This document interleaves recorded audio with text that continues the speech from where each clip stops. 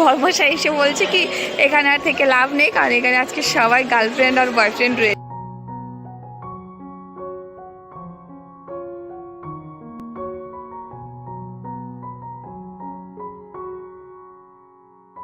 Good morning everyone, কেমন আছো সকলে? আশা করছি সকলে তোমরা ভীষণই ভালো আছো। আমরাও কিন্তু বেশ ভালোই আছি। আজকের ব্লগটা কিন্তু আমি আমার নিজের বাড়ি থেকে শুরু করিনি, আজকে একটা অন্য বাড়ি থেকে ব্লগটা শুরু করলাম। আজকে হলো সরস্বতী পুজো, দুদিন দেরি হয়ে গেল ব্লগটা আপলোড করতে। যাই হোক, এইদিকে দেখো আমি কিন্তু সকাল সকাল সমস্ত কাজবাজ সেরে মামাকে একদম ঘুম থেকে উঠিয়ে স্নান টান করিয়ে রেডি করে নিয়ে চলে এসেছি ওকে অঞ্জলি দেওয়ার জন্য। মাম্মার মনটা তেমন একটা ভালো না, কারণ ঘুম থেকে ওঠার সঙ্গে সঙ্গে ওকে স্নান করিয়ে দিয়েছি, আর স্নান করার পর থেকে ও খুব কান্নাকাটি করছে। তো সেই কারণে দেখো চুপটি করে বসেছিল, আমার কোলের থেকে একদমই নামছিল না ও। অঞ্জলিটা দিয়ে চলে আসলাম ঘরে, আর এসে এই যে শাড়িটা খুলে নিলাম, আর মামা ওখানে বসে প্রসাদ খাচ্ছে। তো ওর পছন্দের মতোই প্রসাদ দিয়েছে, লুচি পায়েস, তো এটাই খাচ্ছে। তো এই দেখো এসেই বসে পড়েছে এখানে প্রসাদ খাচ্ছে। এই যে প্লেট ধরে দিয়েছি, যতটুকু খাবে খাবে, তো খাবে না। সকাল থেকে ক্যান ক্যান শুরু করেছে ঘুম থেকে উঠেই। কি হয়েছে? খাও প্রসাদ খাও। তো এদিকে মামার প্রসাদটা খাওয়া হয়ে যাওয়ার পর আমি এখানে দেখো বিছানাটা, তো তখন মশারিটা উঠিয়ে রেখে গিয়েছিলাম, তো এখন ভালো করে ঝাড়টার দিয়ে নেব। তো ওইদিকে সকালে একটু তাড়াহুড়োর মধ্যে ছিলাম বলে আর বিছানাটা ঠিক করে যেতে পারিনি। আর ঘর থেকে বেরিয়ে দেখি বাবা গাছে থেকে লাউ পাড়ছে। এই লাউটা এবার প্রথমেই হয়েছে, তো প্রথমে যে দেখো বাবা পেটে তো ভীষণই খুশি। সবাই আমরা ভীষণ খুশি ছিলাম, কারণ গাছের জিনিস না হলে বেশ ভালোই লাগে। কিন্তু এদিকে বিছানাটা ঠিক করে রান্নাঘরে চলে আসলাম। বাবা এনেছে আজকে মাছ, আর গাছের থেকে লাউ পাড়া হয়েছে, তো সেটা দিয়ে আর কি তরকারি হবে। আর আমার জন্য দেখি পাপড়ের একটা তরকারি করে নিই। আর মা দিয়ে গিয়েছে মাছ কাটতে, আর সকালে একটা ভাজি করেছিলাম সেটা রয়েছে। আর তেমন একটা কিছু রান্নাবান্না আজকে নেই, শুধু মাছের ঝোল, পাপড়ের একটা তরকারি করবো আমার জন্য। সকাল তো ভাজি আছে বাস। পাঁপড়ের এই তরকারিটা কিন্তু আমি কয়েকদিন পরপরই করি, আমার না ভীষণই ভালো লাগে। একদম সিম্পল হয়, তেমন একটা মশলা দিতে হয় না, কিন্তু টেস্টে এত ভালো হয় জানি না কেন। শুধু আমি রান্না করি যে এটার জন্য না, মানে যেই রান্না করে দিক না কেন আমার পাঁপড়ের তরকারি ভীষণ ভালো লাগে, শুধু আলু দিয়ে আর অন্য কিছু দিয়ে না কিন্তু। তো এইদিকে যে প্রথমে পাঁপড়গুলো ভেজে নিয়েছিলাম, আর আলুগুলো দিয়ে একটু মশলা দিয়েছি, জিরে লঙ্কা এইসব আর কি দিয়েছি, আর লঙ্কাই দিয়েছি কারণ মামামও খাবে আমার সঙ্গে সঙ্গে, তো কেটে দিয়েছি দুটো লঙ্কা। তো এইদিকে তারপর দেখো পাঁপড়ের তরকারিটা রান্না করেও নিয়েছি, আর দু একটা ডালের বড়ি ছিল, সেই ডালের বড়িও দিয়ে দিয়েছি। আর এইদিকে দেখো ভাজা করেছিলাম যে সকালে, সেটা রয়েছে, কারণ আমি আর সকালে আজকে ভাত খাইনি। আর লাউয়ের তরকারিটা আজকে বললো মাই রান্না করবে। ওইদিকে মাছগুলো ধুয়ে আনার পর আমি মাছগুলো ভেজে নিয়েছিলাম, তারপর মা তরকারিটা বসিয়ে দিয়েছিল। আর এইদিকে দেখো মাম্মামকে শাড়ি পরাচ্ছে হলো আজকে খুশি। তো আমারই একটা বড় শাড়ি যেটা ভাঁজ করে দেওয়া হয়েছে, সেটা দিয়ে শাড়ি পরছে। মানে ওর শাড়ি রয়েছে কিন্তু সেই শাড়ি পরবে না, বলছে সেই সব শাড়ি পূরণ হয়ে গেছে, তো তাদের নতুন শাড়ি পরলো। তো সামনের বছর থেকে ভেবেছি মাম্মামকে একটা শাড়ি কিনেই দেবো। ছোট যে শাড়িগুলো পাওয়া যায় সেই সব শাড়ি এবার আর কিনতে পারলাম না। তো এই দেখো শাড়ি পরিয়ে দুটো ফটো উঠে এসে শুধু, আর এই যে দেখো সঙ্গে সঙ্গে কিন্তু ওর খোলাও হয়ে গেছে, মানে পরে থাকবে না, রাগ উঠে পড়েছে। জানি না খুশি কি বলেছিল তার জন্য রাগ উঠে পড়েছে। অনেকক্ষণ পর তোমাদের সঙ্গে আবার দেখা হচ্ছে। তো এইদিকে বাড়ির বাইরে থেকে আবার ভিডিওটা শুরু করলাম। তো আজকে তো সরস্বতী পুজো, তো এবার আমি একদমই প্ল্যান ছিল না যে বাইরে কোথাও ঘুরতে যাব, কারণ মামার একটু সর্দি লেগেছে না, সেই কারণে। আর বছর বছর তো আমি বরকে ক্যান ক্যান করি যে চলো ঘুরতে যাব, কিন্তু এই বছর আর বরকে বলিনি, বর নিজে থেকেই বলেছে চলো ঘুরতে যাব।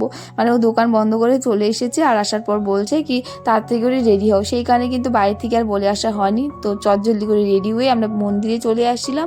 তো এটা হলো রাস মন্দিরে আসলাম, এখানে এসে প্রণাম করলাম। আর এদিকে দেখো মামামু কিন্তু বেশ ঠাকুরকে প্রণাম করে নিল। আর এই যে দেখো সরস্বতী পুজোর লুক একদম সিম্পল, খুব তাড়াহুড়ো করে করেছি না, সেই কারণে। তো এদিকে একটু বসেছিলাম, বসে তারপরে আবারও চলে গেছিলাম একটা মন্দিরে। আর এই মন্দিরে না গান পাচ্ছিল বলে আর সাউন্ড দিইনি। এমনি তো অন্য কোথাও যাইনি, শুধু দু মন্দিরে ঘুরেছি, আর বাইরে একটু ঘুরে তারপর চলে গেছিলাম বাড়িতে।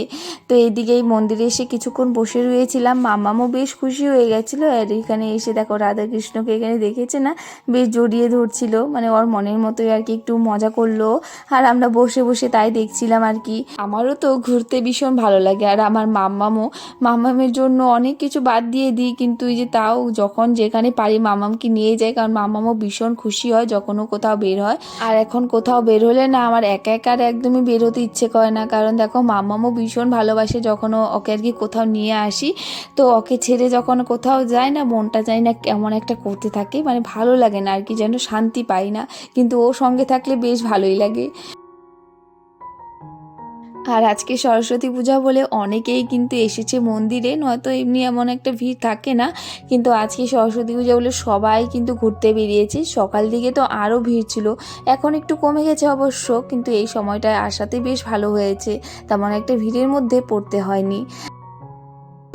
তো আমরা ওই মন্দির থেকে বেরিয়ে গেছি, এখন যাচ্ছি আরও একটা মন্দিরে। আজকে শুধু মন্দিরই দর্শন করব আমরা। তো এই হলো আমাদের বাজার, চলো এখন যাই। তো আমরা চলে এসেছি গোবিন্দ মন্দিরে, এখানে ওই যে ঠাকুর দর্শন করে নিলাম। আর এদিকে বর্মশাই এসে বলছে কি এখানে আর থেকে লাভ নেই, কারণ এখানে আজকে সবাই গার্লফ্রেন্ড আর বয়ফ্রেন্ড রয়েছে। দেখো কত ভিড় এখনো। কি লাগে, কি হয়েছে? চলো ঠাকুর দর্শন করে এখন আর এখানে থাকবো না, এখন আমরা এখান থেকে যাবো অন্য জায়গায় ঘুরতে। দেখি কোথায় যাই, চলো তোমরা দেখতে থাকো। হলো আমার বরের কলেজ, আর এখানে দাঁড়িয়ে দাঁড়িয়ে বর্মশায় অনেক লাইন বেড়েছে। আমি অবশ্য দেখতে পারিনি, কিন্তু এই যে এখন তাই ভাবি, এই যে লাইন মারছো না তো এই রাস্তাতেই কিন্তু দাঁড়িয়েও লাইন বেড়েছে, তাই না? চলো এই দিক দিয়ে একটু ঘুরে গেলাম, কারণ এখন অনেকটাই বেলা হয়ে গেছে, সন্ধ্যা হয়ে আসলো প্রায়।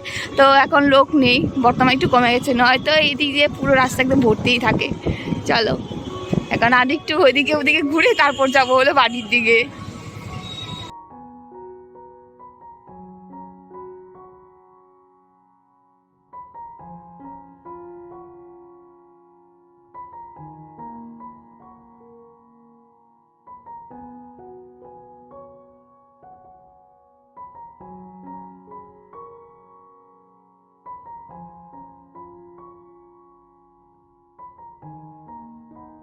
ফুচকা খেয়ে আমরা ভাবলাম কোথাও ওই ওই দেখো ভাইয়ের সাথে দেখা হয়ে গেল।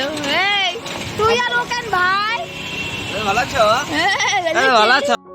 আর ভাইয়ের সাথে দেখা হয়েছিল এর মধ্যে, তো ভাইও চলে গেল ঘুরতে। ওর সাথে একটু কথা বললাম, বলে তারপরে যে আমরা একটু ব্রিজের দিকে আসলাম।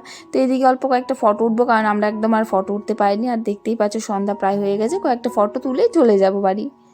ঘোরা হয়ে গেছে, এখন আমরা যাচ্ছি বাড়িতে। আর এইদিকে কয়েকটা ব্রিজে ফটো উঠে এলাম, এখানে ফটো বেশ ভালো উঠে। চলো যাই, এখন অন্ধকার হয়ে গেছে। আমাদের সরস্বতী পূজা ঘোরা হয়ে গেল, বাড়িতে চলে এসেছি। এসে মুখ চোখ ধুয়ে নিলাম, আর এদিকে মা এসেই দেখি মা চা বসিয়ে দিয়েছে। তো আমি পেটিস নিয়ে এসেছিলাম, তো এখন চা আর পেটিস খাবো। এদিকে মামা বায়না ধরেছে, ও হলে পেস্ট্রি খাবে, তো এই কেক এনেছে বলে মন খারাপ। আর এখানে এই যে বসে পড়েছি আমরা চা নিয়ে।